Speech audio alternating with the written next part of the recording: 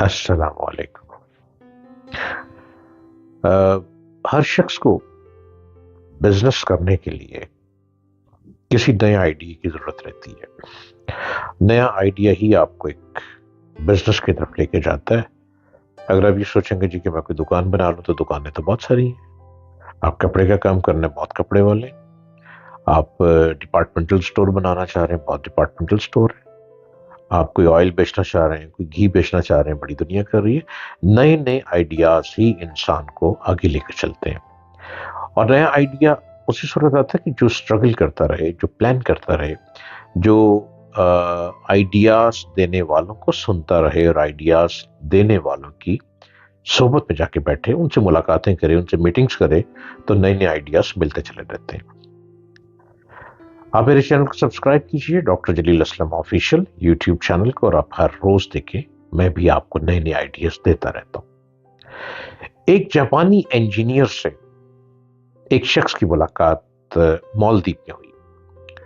اس شخص نے ایک سوال کے جواب میں، اس جاپانی انجینئر نے کہا کہ سوال کیا اور اس نے جواب دیا کہ جاپان کے جو جغرافیائی حالات ہیں، جغرافیائی حالات نے جاپانیوں کے اندر یہ ذہن پیدا کیا ہے کہ وہ ہمیشہ نیو آئیڈیاز کی تلاش میں رہیں۔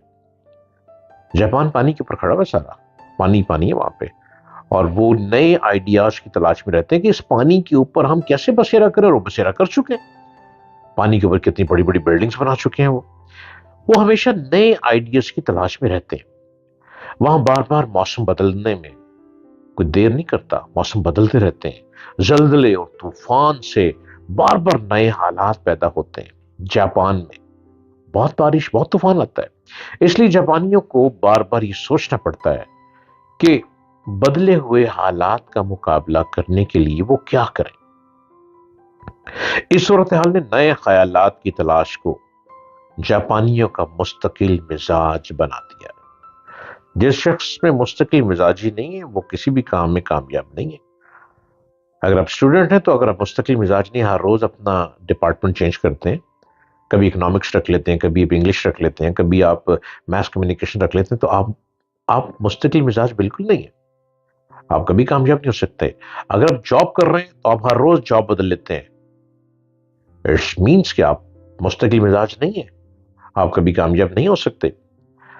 مستقل مزاج ہونا پڑے گا۔ جاپانیوں کی مثال کو دیکھتے ہوئے کہ جاپان پانی پہ کھڑا ہے، پانی کے اوپر کیسے بسیرا کر لیا، کتنی بڑی بلڈنگز بنا لی، اور ہر وقت وہ آئیڈیاز میں رہتے ہیں۔ اور جاپان میں کبھی زلزلہ آ رہا ہے، کبھی طوفان آ رہا ہے، کبھی بارشیں ہو رہی ہے، کبھی پانی آ رہا ہے، کبھی کچھ نہ کچھ ہو رہا ہے۔ یہی مزاج ہے دوسری جنگ عظیم کی بربادی کے بعد جاپانیوں کے کام آیا کہ انہوں نے جنگ کے بعد بدلے ہوئے حالات کی روشنی میں اپنے معاملے پر دوبارہ اثر نو غور کیا اور نئے حالات کے مطابق نیا منصوبہ بنا کر دوبارہ زیادہ بڑی کامیابی حاصل کی۔ جاپانیوں کی اس خصوصیت کو ایک امریکی مصنف نے کچھ اس طرح سے کہا کہ وہ تبدیلی کے آقا بن گئے بجائے کہ وہ اس تبدیلی کا شکار ہو جائیں۔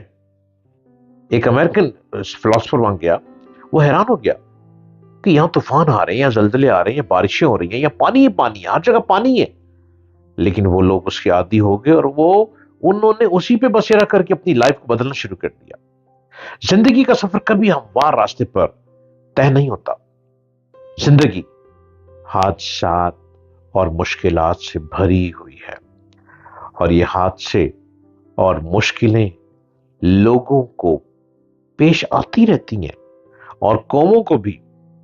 یہ خود خالق کا قائم کیا ہوا نظام ہے، اور اس سے بچنا کسی طرح بھی ممکن نہیں۔ آپ کو مائنڈ میں رکھنا ہے کہ آپ نے آگے بڑھنا ہے تو تکلیفیں آئیں گی، آپ نے آگے بڑھنا ہے تو مشکلیں آئیں گی، آپ نے آگے بڑھنا ہے تو آپ کو مشقت کرنی ہے، آزمائش سے گزرنا ہے، تو ہی منزل کو پا سکیں گے آپ۔ ایسی حالت میں انسان کے لیے کامیابی کا راستہ صرف ایک ہے کہ وہ مشکلات کے باوجود اپنے سفر کو جاری رکھے، وہ راستے کے کانٹوں اور پتھروں کے باوجود منزل تک پہنچنے کا حوصلہ کر سکے۔ اس لیے آپ ہی حالات کی تبدیلی کے بعد حالات کے خلاف شکایت نہ کیجیے، بلکہ نئے حالات کے مطابق اس کا نیا حل سوچیے تو آپ ہمیشہ کامیاب رہیں گے۔ کامیابی آپ کے قدم چومتی رہے گی۔ زندگی کو مشکل نہ سمجھیں، زندگی کو آزمائش سمجھیں، زندگی کو بوجھ نہ سمجھیں، زندگی کو ایک فن سمجھیں، زندگی کو پتھر کی طرح بوجھ بنا کر سر پہ لے کر مت چلیں، زندگی کو اسینس آف لائف کی طرح لے کر چلیں۔ آپ کو بڑا مزہ آئے گا زندگی میں گزرنے کا، جب گرم سرد ہوائیں ٹکراتی چلی جائیں گی اور آپ بازی مارتے چلے جائیں گے، آپ آگے بڑھتے چلے جائیں گے، کمال کے انسان تو آپ خود بنتے چلے جائیں گے۔ یہ آزمائش کچھ نہیں بگاڑ سکتی انسان کا۔ دیکھیں انسان تو چاند پہ چلا گیا، انسان آسمان پہ پرواز کرتا ہے۔ یہ ہوائی جہاز کیا ہے؟ فلائنگ، آسمان پہ پرواز کرتا ہے، پہاڑوں کو کاٹ دیتا ہے، وہاں پہ سڑکیں بنا دیتا ہے، اور انسان کہاں سے کہاں پہنچ گیا۔ یہ آزمائش، یہ تکلیفیں، یہ بڑے بڑے پتھر اور یہ پہاڑ، یہ انسان کا کچھ نہیں بگاڑ سکتے۔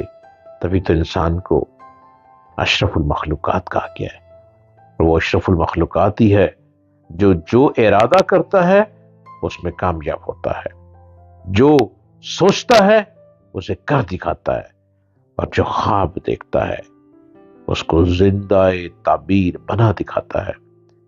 آگے بڑھے، ہمت کریں، آپ میں پوٹینشل ہے، آپ زندگی کے کامیاب شخص ہیں اور بن سکتے ہیں۔ میری باتوں کو سنتے رہیے، میرے چینل کو سبسکرائب کیجیے، ڈاکٹر جلیل اسلم آفیشل۔ میں ہر روز آپ کے لیے نت نئی باتیں لاتا ہوں۔ خدا حافظ۔